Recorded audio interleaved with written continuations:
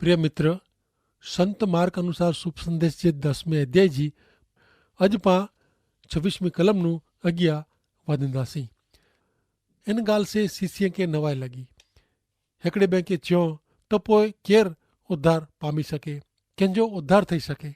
यीशु उन साम्हूं नेरीने चयो, माण्हू लाइ त ही अशक्य आहे, पण ईश्वर लाइ मिड़े शक्य आहे।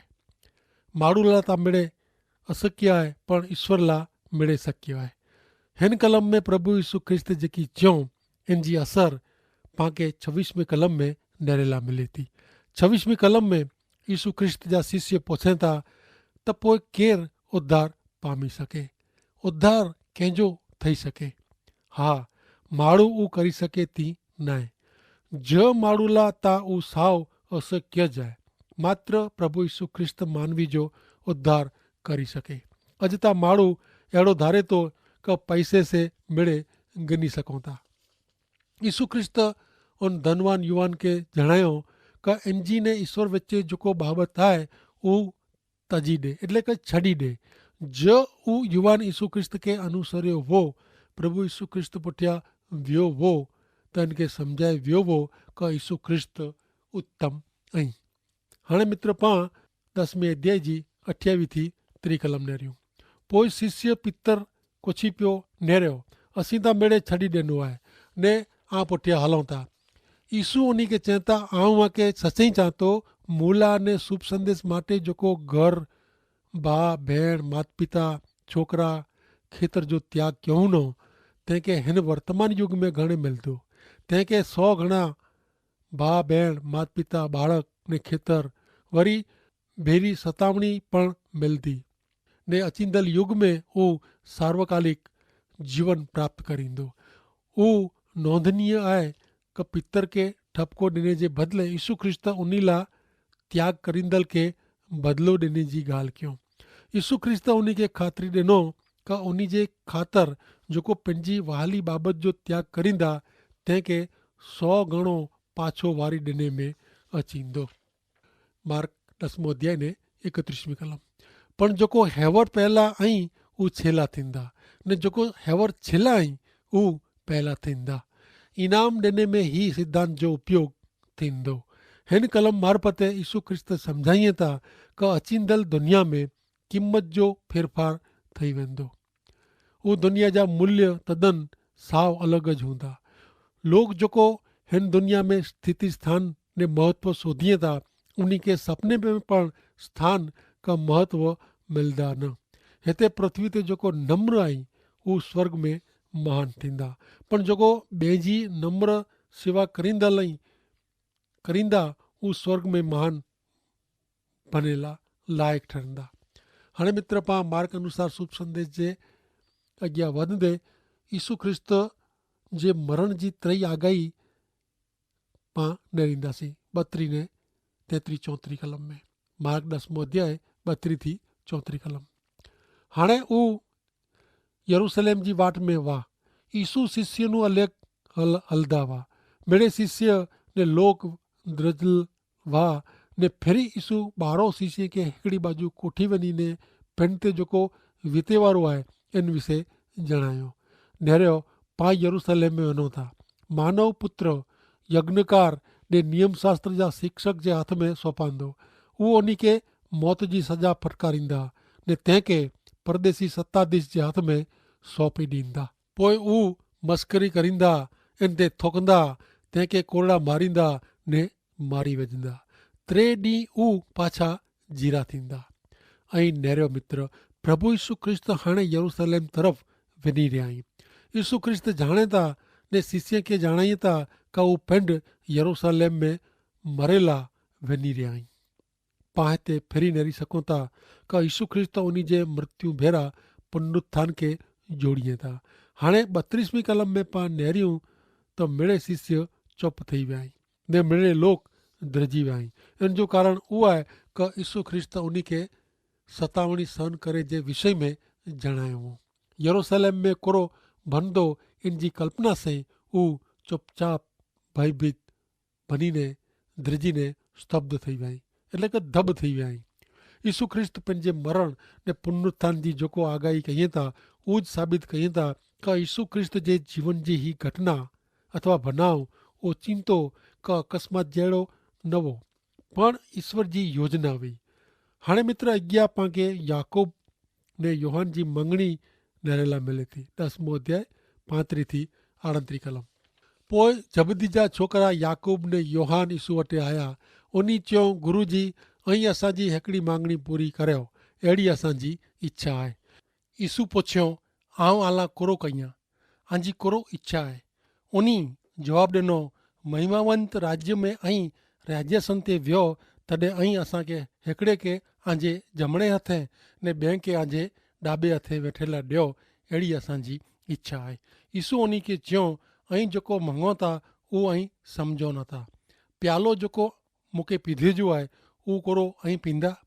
मूंखे जिन रीते बाप्तिस्मा गिने जो आहे इन रीते कोरो ऐं बाप्तिस्मा गिनी सघंदा। आके यादि हूंदो मित्र कि संत माती अनुसार शुभ संदेश में अभ्यास टाणे पां ही प्रसंग नेरियो हो।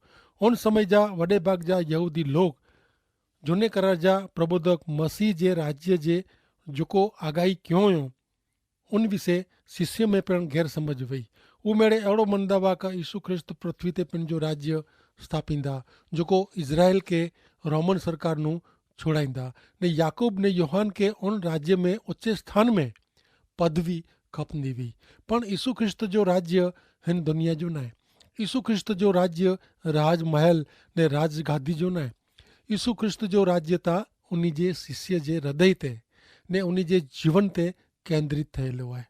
यीशु ख्रिस्त जे पुनरुत्थान सुधी ई शिष्य ही सत्य समझी सकिया न हुआ। 10मों अध्याय 39 ने 40वीं कलम। शिष्य जवाब ॾियनि था कि हा, असीं अहिड़ो करी सघूं था। यीशु उन्ही खे चयो, प्यालो जेको मूंखे पीधो खपे उहो ऐं पींदा खरा ने बाप्तिस्मा जेको मूंखे गिड़ो खपे उहो बाप्तिस्मा ऐं गिंदा खरा, पण मुंहिंजे जमणे हथे कि ॾाॿे हथे केरु वेंदो उहो निकी करे जो कमु मुंहिंजो न आहे। उतां ईश्वर जंहिं लाइ उहो जॻह तयारु कयो हुयो उन्ही खे ज उहो ॾींदा। याकूब ने योहान ॿोए यीशु खे चवनि था कि यीशु ख्रिस्त लाइ गमे उहो सहन करे लाइ तयारु आई। ॿोए खे सहन करणो पण पियो। प्रसिद्ध जा कम 12मों अध्याय ने 2 कलम प्रमाणे याकूब शहीद थी वियो ने संदर्शन 1 अध्याय ने 9वीं कलम प्रमाणे योहान के तड़ी पार करे में आयो। यीशु ख्रिस्त लाइ आऊं सहन करींदो, अहिड़ो चवणो घणे सवलो आहे, पण हिकिड़ी नंढी मुश्किली अचे त पण मित्र पां मिजाजा घणे कचकच करीं था। मित्र स्वर्ग त पाके भेट में मिले थो, पण स्वर्ग जे स्थान लाइ तयारी करिणी खपे। हाणे 41वीं कलम। बाक़ी जे ॾह शिष्य उहो सोयो तॾहिं उहो याकूब ने योहान ते खारा थिया। बाक़ी जा शिष्य नाराज़ थिया, कारण उन्ही खे ख़ासी जॻह खपंदी हुई। हाणे प्रभु यीशु ख्रिस्त खे ॿियो पाठ उन्ही खे सिखायो ज खपे, पण इन लाइ दुनिया जेको पद्धति अपनाए थी उहा पद्धति ईश्वर जी न आहे। 42-44 कलम में लिखे में आयो आहे कि यीशु मेड़े शिष्य खे पिंड वटि ॿोलाईने चयो कि जंहिंखे परदेसी ते सत्ता हलाइणी वे थी उहो लोक ते ज़ुल्म गुज़ारीए था ने उन्ही जा सत्ताधारी उन्ही ते अधिकार हलाइए था, पण आमे अहिड़ो न थियो खपे। जो आम जा जो कोई आगेवान बनेला मंगे त इनके मिणी जो सेवक बनियो खपे। वरी जो कोई पहलो थियला मंगे त इनके मिणी जो गुलाम बनियो खपे।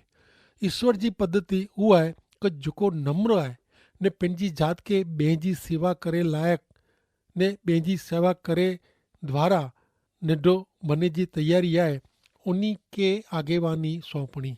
मिणी में जेको मिणी नू ऊचो आहे ऊचे स्थान ते वेह इनके मिणी जो सेवक थियणो।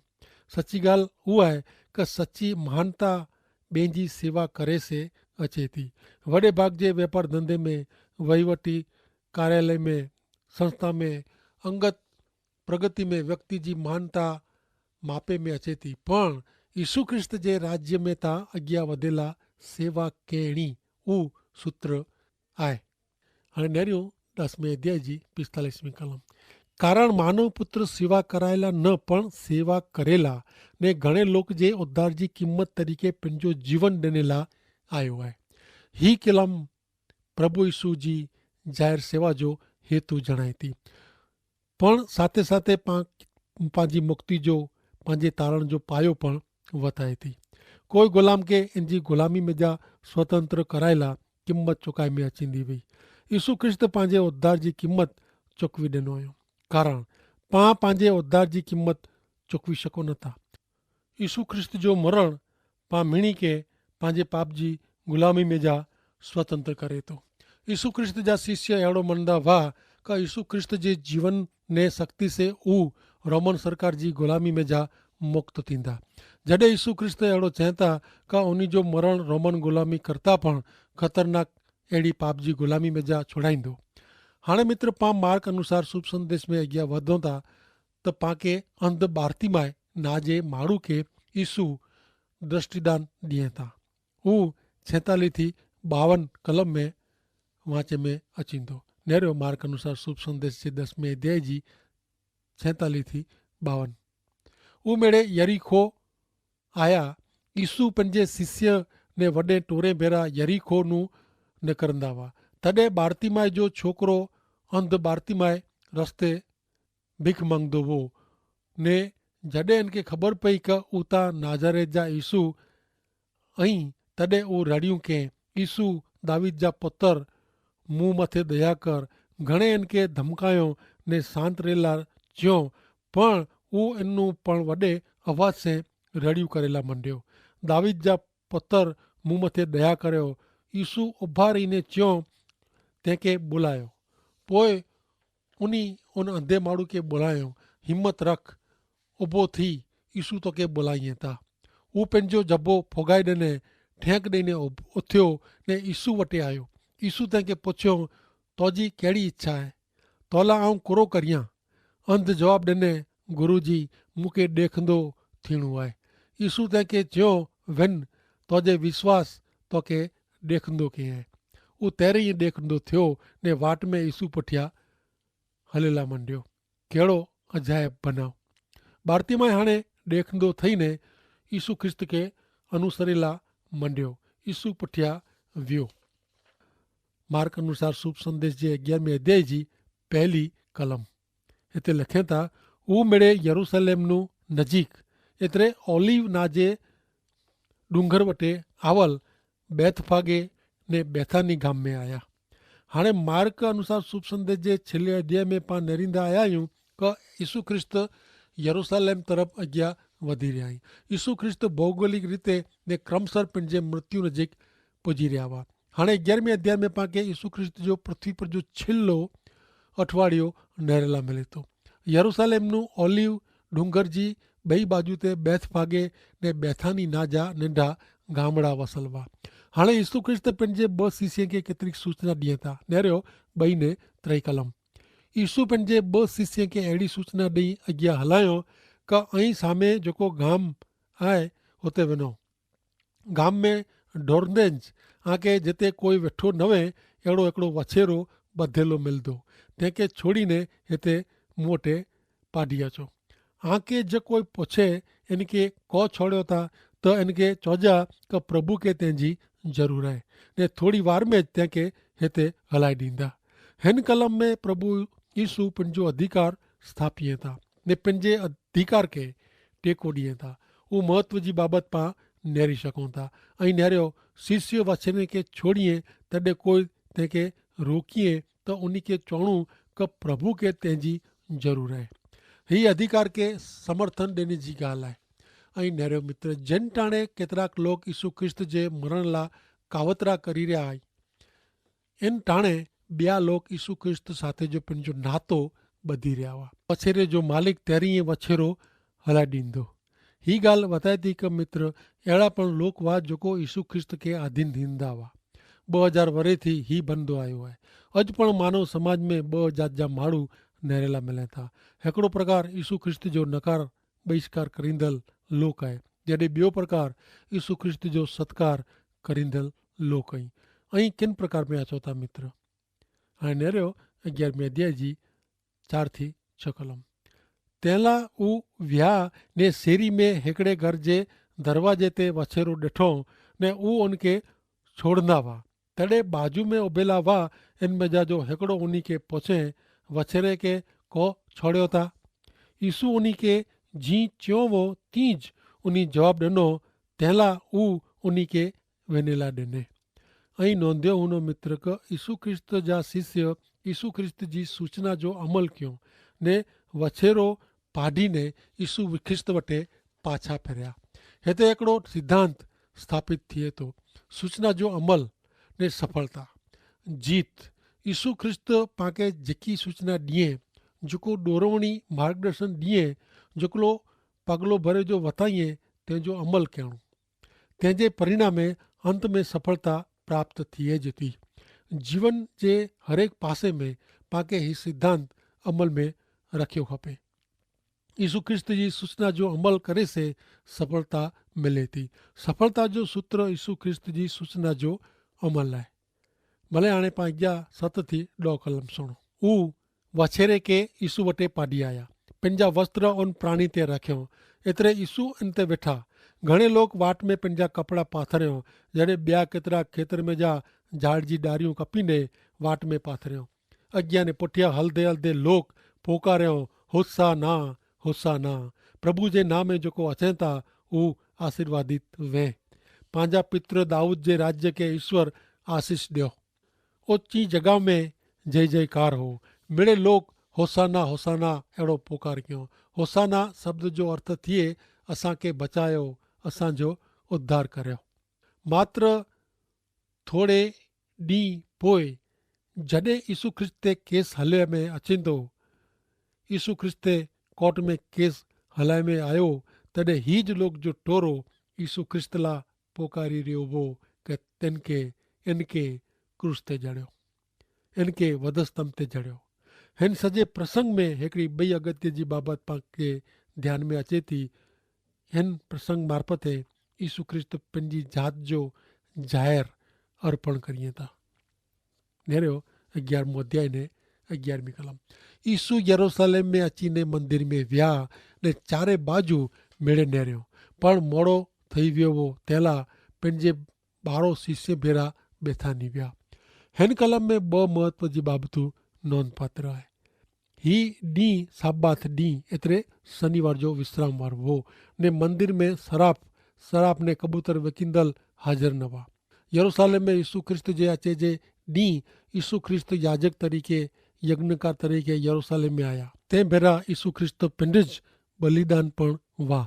ईश्वर के मान्य वे अहिड़ो मुझे ने आजे पाप जो दंड भरपाई करेला पिंडिज बलिदान भनीने यीशु ख्रिस्त प्रमुख यज्ञकार मुख्य याजक तरीक़े हिन पृथ्वी ते आया। ॿई बाबत हिन कलम में उहो जणाए थी कि यीशु ख्रिस्त रात वासो करेला यरूशलेम में रहिया न, पण बेथानी ना जे गाम में विया। 11 अध्याय 12 थी 14 कलम। ॿिए ॾींहुं हू मिड़े बेथानी नूं पाछा फिरंदा हुआ, तॾहिं यीशु खे बुख लॻी। उन छेटे हिकिड़ो पन से भरियल अंजीरी जो झाड़ ॾिठो ने कदाच कीअं मिले, तंहिंला हू उन झाड़ वटि विया। तॾहिं फ़क़्ति पन सिवाइ कीअं नेरला मिलियो न, कारण अंजीर जी मौसम न वई। यीशु अंजीरी खे चयो, हाणे कोई तो मथां फड़ खेंदा न। शिष्य हू सोयो, ही बनाव ॿिए ॾींहुं बने थो। जॾहिं यीशु ख्रिस्त ने उन जा शिष्य बेथानी नूं पाछा फिरंदा हुआ, तॾहिं यीशु ख्रिस्त हिन ॿिए ॾींहुं यरूशलेम में वञे था। इन ॾींहुं यीशु ख्रिस्त अंजीरी खे श्राप ॾिनो ने ईश्वर जे मंदिर खे शुद्ध कयो। ऐं मना थो कि हिन प्रसंग जी अंजीरी इज़राइल जी प्रजा दर्शाए थी। हिन प्रसंग में पाण लाइ मित्र वॾो पाठ समायलो आहे। इज़राइली लोक वटि धर्म जा पनज हुआ, पण उन वटि कोई आध्यात्मिक फल न हुआ। यीशु ख्रिस्त ते विश्वास करींदड़ लोक लाइ वर्तमान समय में कोरो ही सचोता न आहे न। पाण वटि पवित्र आत्मा जी हाज़िरी आहे, कोरो पाण वटि कीअं न आहे। ऐं मना थो कि यीशु ख्रिस्त जा अनुयायी में जा केतिरा लोक जी अॼु अहिड़ी हालत आहे। यीशु ख्रिस्त निष्फल अंजीरी झाड़ खे श्राप ॾिनो ने अंजीरी जो झाड़ सुकाए वियो। हाणे नेरियो मार्क 11 अध्याय ने 15 थी 19 कलम। ही कलमूं जणाए थी कि हू यरूशलेम में आया, एतिरे यीशु मंदिर में विया ने मिड़े ख़रीदी करींदड़ ने विकिंदड़ खे ॿाहिरां कढेला मंडिया ने सराफ़ीअ जा टेबल ने कबूतर विकिंदड़ जी बैठकूं ऊंधी वारियो ने मंदिर में जा कीअं पण खणेला ॾिनो न। पोइ उन लोक खे सेखारियो कि धर्मशास्त्र में लिखल आहे, मुंहिंजो घर मिणीला प्रार्थना जो घर चवांदो, पण ऐं त इनके गूंढे माण्हूअ जो अड्डो बनाए विधो हुयूं। मुख्य अग्नकार ने नियम शास्त्र जा शिक्षक उहो सोयो तंहिंला उहो ईसू खे मारी वेझ जो लाग नेरींदा हुआ, पण उहो द्रजंदा हुआ, कारण सॼो समाज उन जे शिक्षण से नवाए पामियो हो। सांझ थई तॾहिं ईसू ने उन जा शिष्य शहर नूं ॿाहिरां हलिया विया। ईसू ख्रिस्त मंदिर खे शुद्ध कईं था। ही बनाव ॿिए ॾींहुं बनियो। वापारी लोक ईश्वर जे मंदिर खे धार्मिक भ्रष्टाचार जो स्थान बनाए ॾिनो हो। ईश्वर जो मंदिर ईश्वर जी भक्ति आराधना जो स्थान हो, पण मंदिर में जा भक्ति आराधना अदृश्य थी विया हुआ। आध्यात्मिकता वग़ैरह जी धार्मिकता नकामी आहे। हाणे पा यरूशलेम में प्रभु ईसू प्रसार क्यों उहो 3 ॾींहं तरफ़ अचूं था। अंजीरी जे झाड़ मथा जो बोध इन शीर्षक नीचे मार्क अनुसार शुभ संदेश जे 11वें अध्याय जी 20 ने 21वीं कलम पाके जणाए थी कि 2 ॾींहं वहेली सवारे वाट में वेंदे उन अंजीरी जो झाड़ ॾिठो, उहो सॼो सुकाई वियो हो। जेकी बनियो हो उहो पितर खे यादि आयो। उहो ईसू खे चए, गुरु जी नेरियो था खरा। उहो अंजीरी जो झाड़ जंहिंखे ऐं श्राप ॾिनो हो उहो साव सुकाई वियो आहे। हीउ बनाव ईसू ख्रिस्त पंहिंजे शिष्य खे प्रार्थना विषय शिक्षण ॾियण लाइ ॾोरे थो। सुकाए वई आहे। अहिड़ी हिन अंजीरी खे नेरीने शिष्य खे नवाई लॻी। जेथी ईसू ख्रिस्त पंहिंजे शिष्य खे प्रार्थना विषय शिक्षण ॾिनो। निष्फल अंजीरी खे श्राप ॾिनो, उहो मंदिर जे शुद्धीकरण भेरो मिलियल उदाहरण आहे।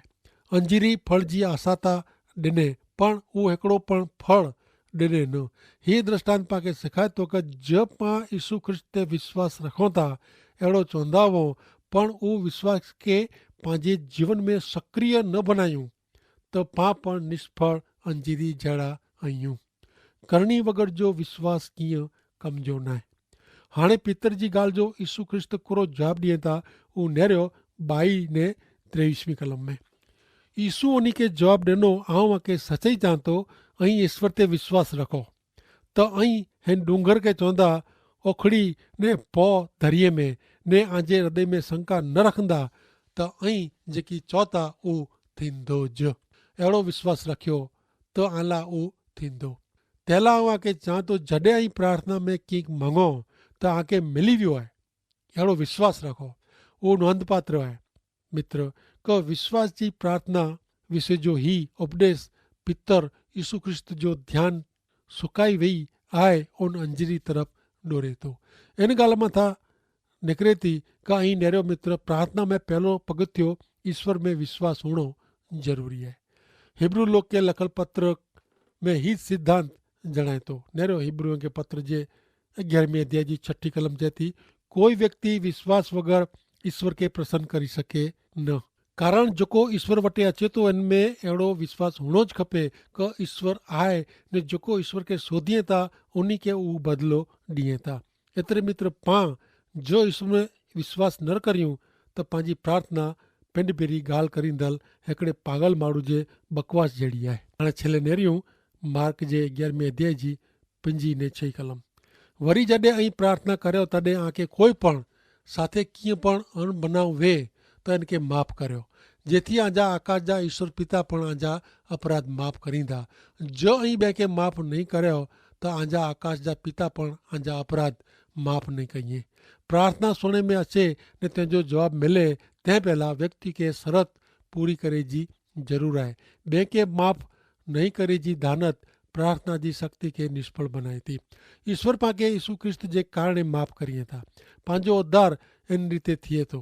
पाके जो पंहिंजे जीवन में सामर्थ्य शक्ति बोर खपंदा वे त हिकिड़े ॿिए खे माफ़ करे जी भावना रखई खपे। आमीन।